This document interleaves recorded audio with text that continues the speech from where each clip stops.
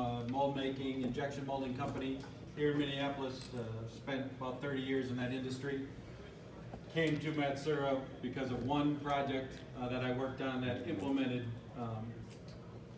additive manufacturing technology in injection molds. Title of the presentation, Supercharging Our Injection Molds. It's 100% on case studies. We have real numbers, real live projects that we've done with our customers, and I'm excited to show you the benefits that you can achieve in your molds using hybrid additive manufacturing. Very quickly on the process and the technology, hybrid additive is different than regular additive. Not only do we do laser processing, we have a powder bed fusion system, sintered metal using a laser. We also capitalize on Matsuura's long history in machining with a high-speed machining center in the same platform. The reason that is a benefit in injection molding, we can create high aspect features, deep ribs, deep pockets, small features without EDM. Great. EDM is the slowest way to remove metal. Yeah, the previous talk had the same problem. Yeah. So by eliminating EDM, we can reduce our overall component or insert build time. One of the unique advantages of additive manufacturing is the use of porosity, or the use of planned porous structures. By implementing porous structures into your mold, you can integrate venting almost without penalty. You could vent a whole parting line, for instance, and still have that shut off. So you're evacuating the gap, the air through that porous structure. It's already gets on. It's just flashing. Let me fix this.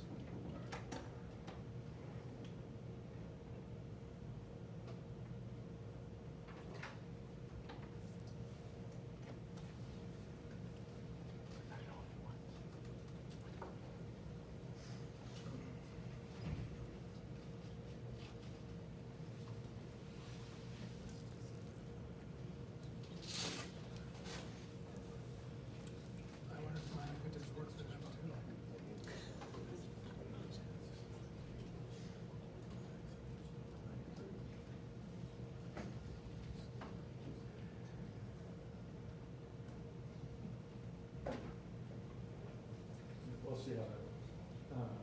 So by implementing porous bodies in your tool design, you're getting integrated venting. Obviously, everyone talks about 3D hollow structures or conformal cooling channels. That's the holy grail, or that's where you're going to see the biggest benefit. You can also do other combination of these parts. Combination of these features. Okay, this is combination of these features during your build. We call it a revolutionary, unique, and dynamic production platform for mold making, for making inserts.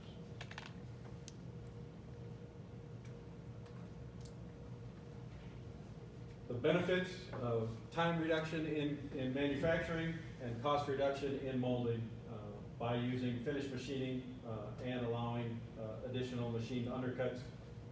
You can capitalize on these two cost savings ideas. A little bit on the technology, how it works.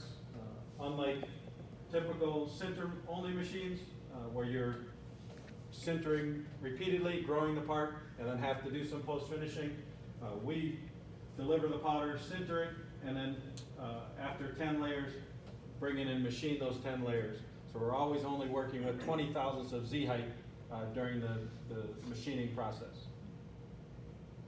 And then we repeat those steps to get to the full height of the part.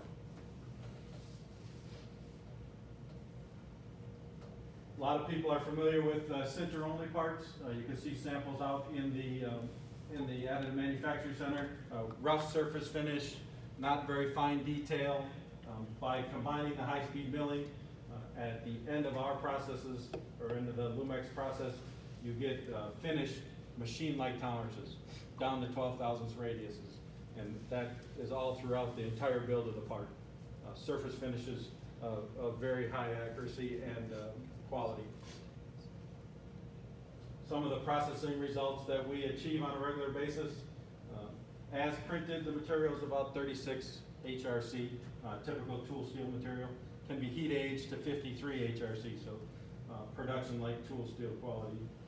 We're in the average plus or minus a thou as machined, using some of our mold making techniques that we've developed over the last year and a half. We're routinely achieving plus or minus a couple of tenths. So these parts can actually come out of the machine and go into the mold directly. At 36 Rockwell, they're better than P20 for prototype or market entry or bridge tools. And even some of our production tool customers are using them at that Rockwell because now we have a digital spare. If they have to replace it, they can just print another one. Surface finishes have probably been the biggest increase or improvement since I started working with the LUMEX. We're down to about our max of 1.5 microns, which is very close to a low A3 finish from the SPE, SPI classification. That's a fairly recent improvement that we achieved with some machining strategies developed here at Matsuura, USA. If you have questions along the way, we'll get them answered. So that's a little bit about the process and why hybrid is different than additive only. Our mold applications and our benefits are, we tout about 5 particular benefits. Reduce mold manufacturing times. If you can stay in one machine, one process, you don't have queue times from department to department. It saves on design time. Instead of designing all of the manufactured inserts, or the inserts in the core block, let's say, that you need for manufacturing, polishing, wire inserts, you can combine them all into one split, and now your design time is less. Reduce cycle times. By implementing conformal cooling and porous venting, you can improve cycle times. I can almost guarantee it, if the cooling time in any of your molded processes is 20 seconds or longer, we can cut that in half, which typically equates to about a 33% cycle time savings. That's increased capacity, lower requirements for cavitation, for high volume projects, much less redundant tooling. So many cost benefits when you can run the part faster and more consistent. Talked a little bit about reducing EDM and polishing. Most parts can come out of the machine and go right in the mold. As Tyler mentioned, it's hard to find tool makers in North America especially. So this is a lights out manufacturing operation. You hit go and it runs through its process continually, overnight, over the weekend, depending on the build size. You need basically a CAD designer who has some programming experience. Is the best person we've seen to run the machine. Our team of 3 application engineers, one was a high-end automotive seat designer, so CAD, very good CAD guy. One was a tool maker, and one is a kid right out of college and right out of tech school in machine programming, and he runs it just like the other 2. It's really familiarity, understanding the process, understanding the factors that go into it. We can help alleviate some of the stress of the tool making labor gap. And lastly, achieving true lights out manufacturing. Like the MAM systems, our machine is meant to hit go on a weekend and come back and you have your finished mold components on Monday morning.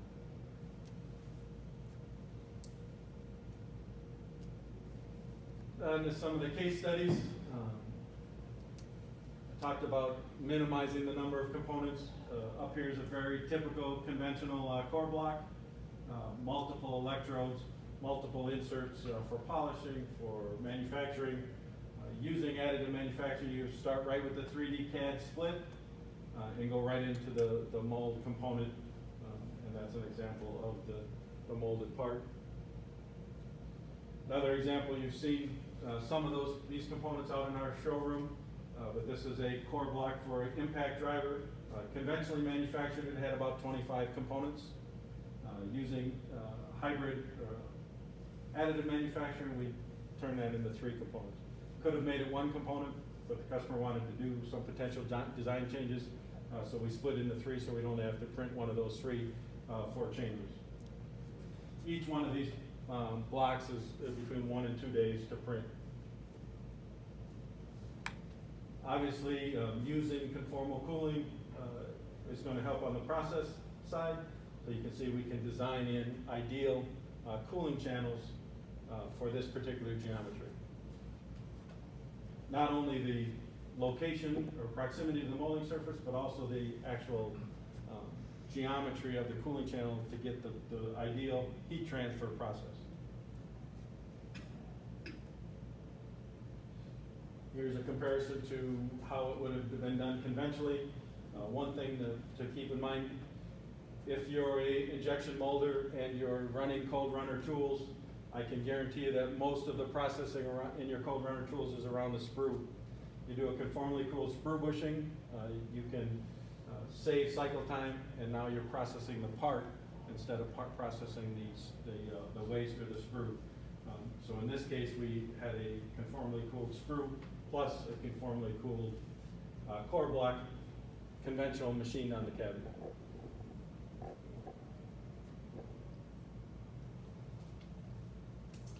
We use Moldex 3D to analyze all of our processes.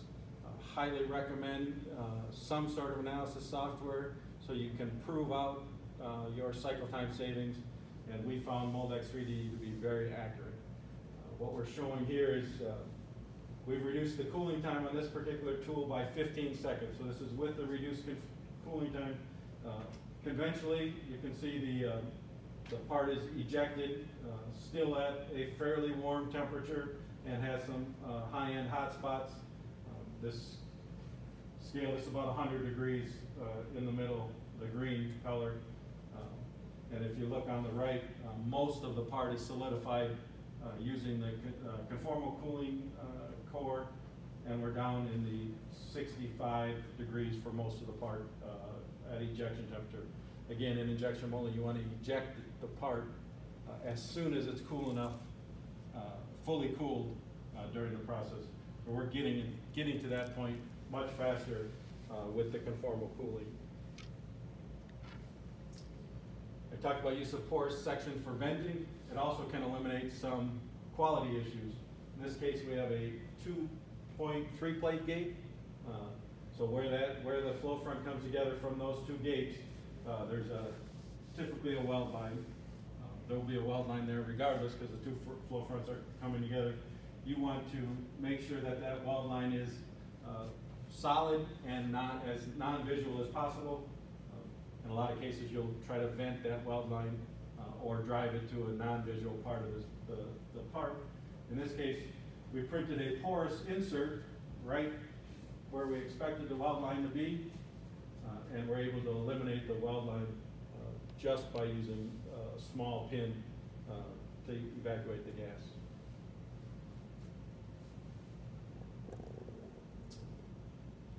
The parting line on this tool is also vented, and what we're showing here is in a test mold with a vented parting line, effectively without venting, without porous section, we're limited at about 1.8 inches per second injection speed. I don't know if anybody's an RJG master molder or Bazzelli advocate from a molding standpoint. Everybody wants you to fill the mold as fast as possible. Using the venting, we effectively maxed out the speed of the machine and had no part defect from a burn or a stalling of the flow front.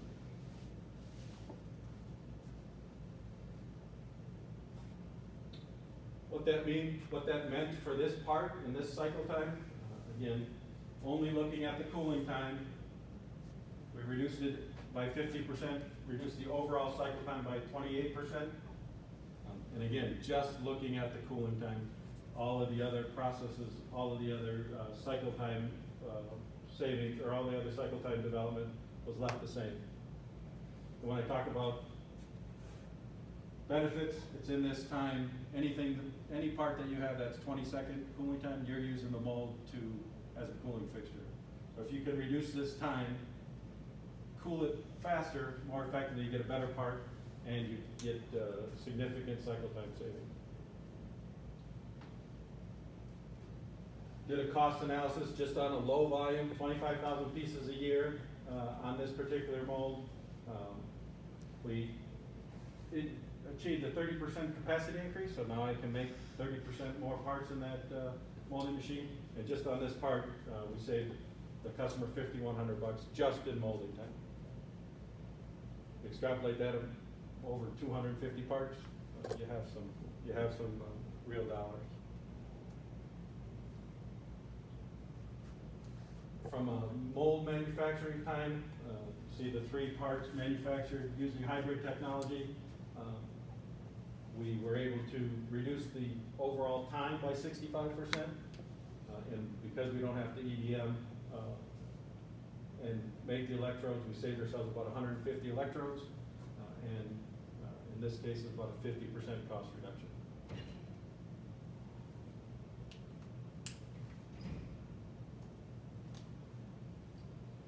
Another example, 4-cavity mold. In this case, we were able to build 2 cavities using all hybrid and 2 cavities conventionally, so we have direct comparison of the 2 technologies. Here's the part, automotive connector. The critical feature is this profile, seal profile. So that's what we're trying to control. And that's the inspection data.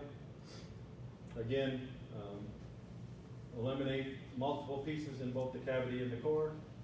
In this case, we printed both in one piece. Some of the geometry, which this shows a little bit better. This deep pocket, this is a cut right through the middle, is 27 millimeters deep by or 1.5 millimeters wide. Very difficult electrode. Probably would have to split that out somehow as a separate piece in order to manufacture that particular component. And on the other component, the thin rib hanging off that feature is 0.5 millimeter wide by almost 13 millimeters long. Again, very long length to width ratios that you typically wouldn't achieve in conventional manufacturing. Again, we're building this part with nothing above it, so we're only ever working in that 20 thousandths of height. Here's the picture of it in the actual metal. On the core, or on the cavity side, you see the part feature in red are the thin ribs that are very difficult to manufacture. And in this case, the blue section is also a porous vent section. So at the bottom of that rib is all a porous section, and with its dump vent already integral to the cavity block.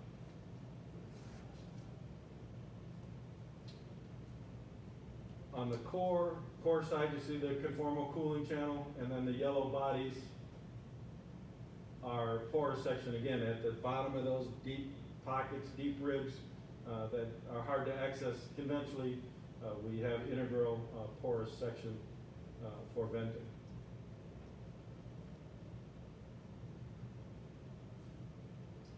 Here's a image of the conformal cooling. As you can see, almost ideal, equidistant from the molding surface, as well as controlling the critical function or the critical dimension on the core here, and up top with water lines going where you need it. Compared to a conventional method, fairly typical. Again, at a reduced cycle time, ejection temperature is 30 degrees C less, and a less than 3 degree delta using conformal cooling. Again, that part is solidified. You're ejecting it at the earliest possible time in the molding process. In this case, we reduced the cooling time by 55 seconds, and again, in the last just like the last slide, we left everything else the same. So an overall reduction in the cycle time of 33%. For this 4-cavity mold, 1 million pieces a year,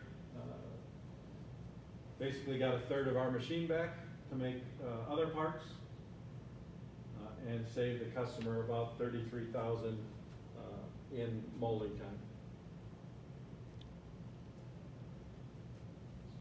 Talked a little bit about design savings, but you can see by eliminating electrode design, we're able to cut the design time in about half, and the overall time from start to finish by 38%, simply by most of the saving in the removal of the EDM, or eliminating the EDM process.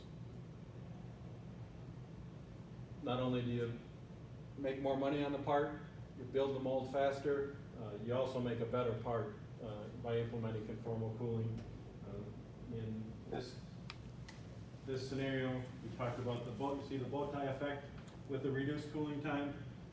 This is a defective part, so process this up to 18-second cooling, you get a good part. The quality data suggested about a 1.33 CPK on that profile, which is pretty good. Using conformal cooling at an 10-second reduction in cooling time, that part now has about a 1.67 CPK, so a 6 Sigma type quality instead of fighting the process.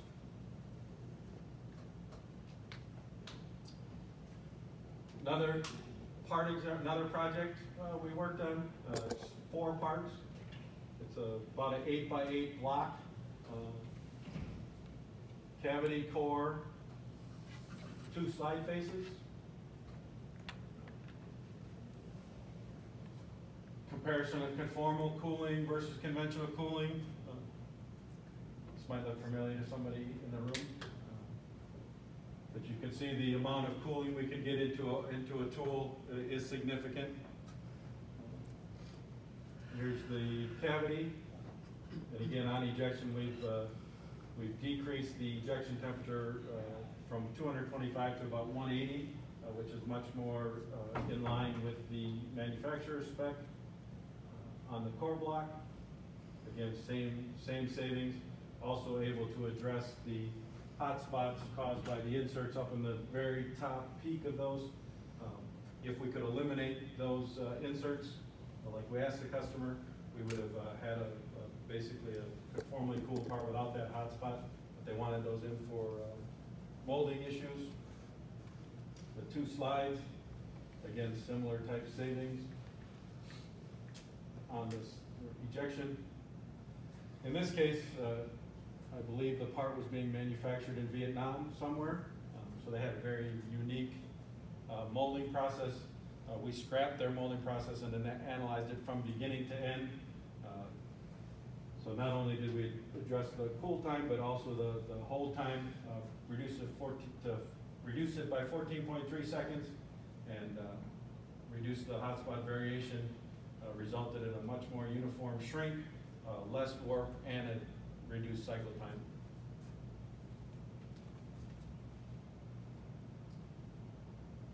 And again, on part ejection, we're at a much lower overall temperature and a much less delta between the hot and the cold in the part.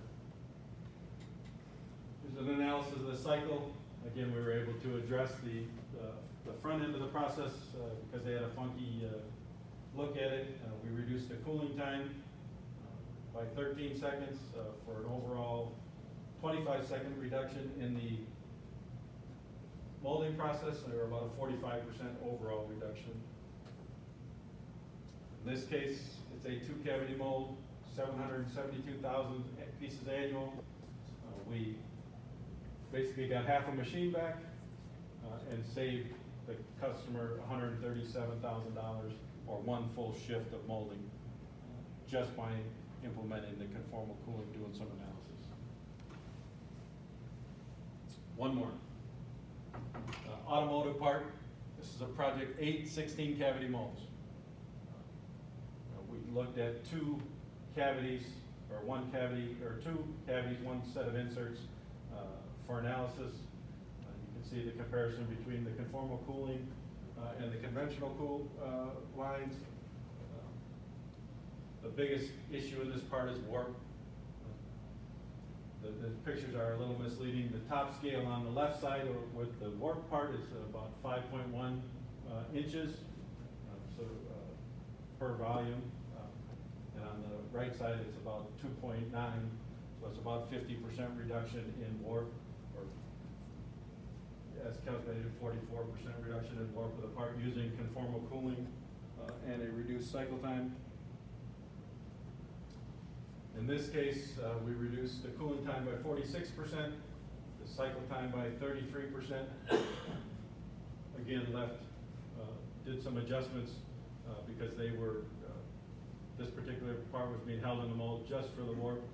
We analyzed the process and came up with an ideal cycle.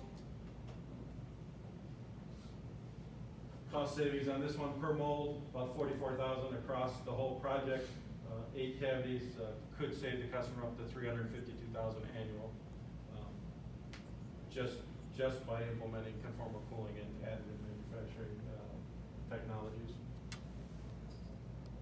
2 more quick application ideas. Can also be used selectively by putting selective vent inserts in. This is a back of a TV set. This is from our partner in Japan, Panasonic, back of I think a 55-inch TV. They had real difficulties at each of the connection points with burning. They were in a very large press and were having trouble with the part with the too large a shot size. And they were having to clean the conventional vents every 2,000 shots. By implementing additively manufactured vent inserts, we're able to reduce the injection pressure by 27%, which took the molding machine down requirement from 600 ton to 450, and the maintenance interval on the tool from 2,000 shots to 20,000 shots. So this is using additive manufacturing to address a manufacturing problem that we created on our own without the pre-plan. And last but not least, if you're a high volume consumer packaging molder, using, in this case, it's a cap for an aerosol spray. The single biggest wear item, they spend more than $150,000 per mold per year just replacing the ejector pins that wear. This is a 4-face 96 cavity stack mold, or cube mold, just by replacing the ejector pins, which wear out because it's running at 3.2-second cycles. Customer came to us and said, we want to eliminate the ejector pins. How would we do it? They've used air ejection in the past, never worked very well. So we designed a airflow path using our porous structures, designed it integral into the core, along with conformal cooling. Did not improve the cycle time, but now as they crack each mold face, they're blowing that part off the core, eliminate the ejector pin, and have eliminated that $180,000 a year maintenance in that tool. And again, they're colored here, but it's all metal. It looks like one solid homogeneous core. And they get true on-the-fly ejection, so as soon as they crack parting line, you can hit it with air and it's blowing it off. Although it's new technology, Matsuura has been at this for a long time. In 1998, we signed an agreement with Panasonic and the Japanese government to develop hybrid additive manufacturing. Our first commercially available machine was in 2002. In 2017, we launched our 5th generation, and that's the one we launched in North America as a mold making machine. Built our additive manufacturing center, built our team here in the U.S. I think one thing that sets us apart is our team. We have 3 application engineers, 2 service engineers, specifically for the LUMEX product line. We support all of our customers, all of our dealers, right from St. Paul throughout North America. And lastly, we do have a global network. We have a sister facility like ours in Germany. We obviously have a sister company in the UK who has a tech center, along with the Japan Tech Center, and then in the US, we're part of SME and AMUG, and then 3 of our partners, one who was here today, also helped collaborate in developing the technology from a molding standpoint.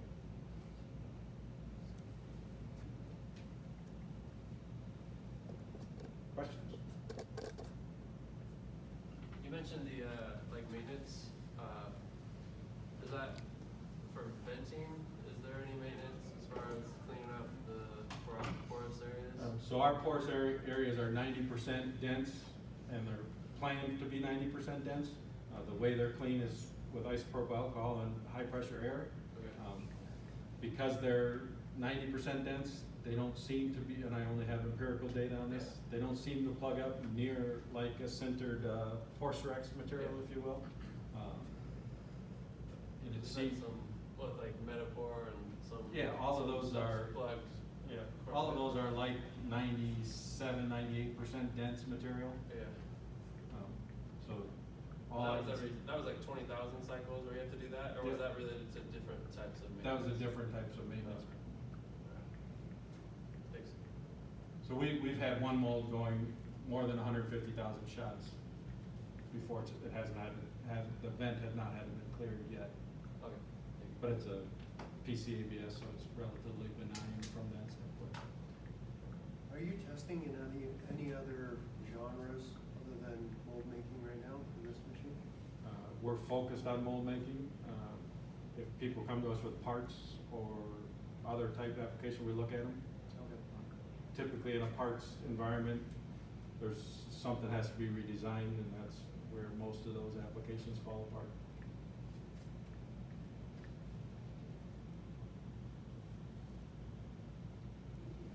Thank you.